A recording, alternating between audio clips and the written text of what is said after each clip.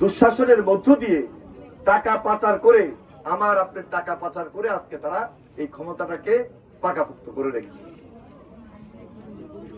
আজকে যদি দেশনেত্রী বেগম খালেদা জিয়া মুক্ত থাকতেন, সুস্থ থাকতেন, তারেক রহমান যদি স্বাভাবিক জীবন যাপন করে স্বাভাবিক রাজনীতি করতে পারতেন, তাহলে এখানে আসতেন। এরপরও তারেক রহমান সাহেব স্মরণে রেখেছেন বলেই আমাদেরকে নির্দেশ দিয়েছেন যে এই দক্ষিণ সুরমায় যাওয়ার জন্য এবং বন্যা কবলিত মানুষের পাশে দাঁড়ানোর জন্য। আমি দেশনেত্রী বেগম খালেদা জিয়ার পক্ষ থেকে, তারেক রহমানের পক্ষ থেকে আপনাদের সবাইকে আন্তরিকভাবে মোবারকবাদ জানাই, ধন্যবাদ জানাই এবং অভিনন্দন জানাই।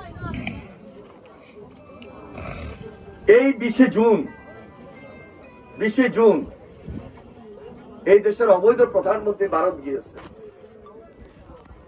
একটা দেশ বিরোধী চুক্তি করেছেন। এই চুক্তিতে বাংলাদেশের কোন স্বার্থ উদ্ধার হয় নাই। এই চুক্তি বাংলাদেশের সার্বভৌমত্বের উপর আঘাত, বাংলাদেশের নিরাপত্তা হুমকির মুখে। ওনার পিতা 72 সনে একটা চুক্তি করেছেন, 25 বছরের গোলামি চুক্তি। এখন আবার এই অবৈধ প্রধানমন্ত্রী চুক্তি করছেন, এটা সারা জীবনের জন্য যে চুক্তি করছেন, আমাদেরকে গোলামির বন্ধনে আবদ্ধ করে রেখেছে। আমরা যেন মাথা উঁচু করে কথা বলতে না পারি, আমরা যেন আমাদের স্বাধীন সার্বভৌমত্ব রাষ্ট্র নিয়ে স্বাধীনভাবে চলতে ফিরতে না পারি। কানেক্টিভিটির নামে তারা বাংলাদেশের অভ্যন্তরে ভারতের এক অংশ থেকে আরেক অংশে আমাদের বুকের উপর দিয়ে রাস্তা, ট্রেন লাইন নির্মাণ করবেন, এই হিসাবে ওনারা ব্যস্ত।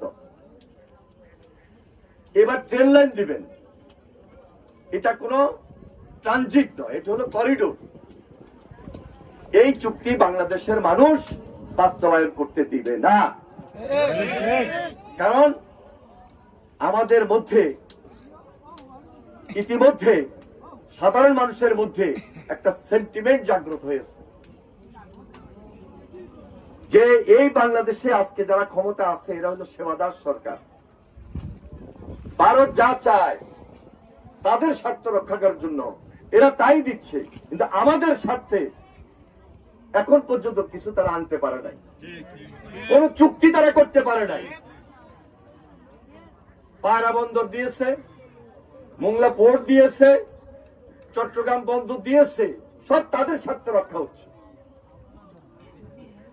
এই যে বাংলাদেশের সঙ্গে ভুটানের মাঝখানে ভারত 20 থেকে 22 কিলোমিটার যে একটা রাস্তা, সেটা ব্যবহার করার সুযোগ সুবিধা বাংলাদেশের মানুষের নাই, এগুলো দিবে না। এই জন্য আজকের বাংলাদেশের মানুষের মধ্যে একটা সামাজিক আন্দোলন শুরু হয়েছে যে আমরা ভারতীয় পণ্য কিনবো না, পরবো না, বয়কট ইন্ডিয়া, এই স্লোগানটি আজকে বাস্তবায়ন করছে সাধারণ মানুষ। ব্যক্তিগতভাবে আমি সমর্থন জানাই, হয়তো আপনারা অনেকেই সমর্থন করছেন।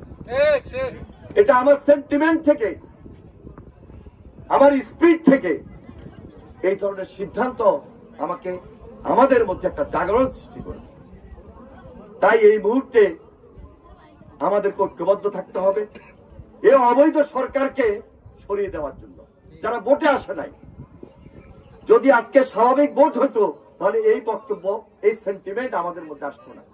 একটা স্বাভাবিক রাজনীতি থাকতো, ভোট হতো, আওয়ামী লীগ থাকতো বা বিএনপি থাকতো, জনগণের সরকার থাকতো, কিন্তু এই সুযোগ আজকে তারা দিচ্ছে না বলেই আজকে বাংলাদেশে আমার আপনাদের টাকা লুটপাট হয়ে যাচ্ছে।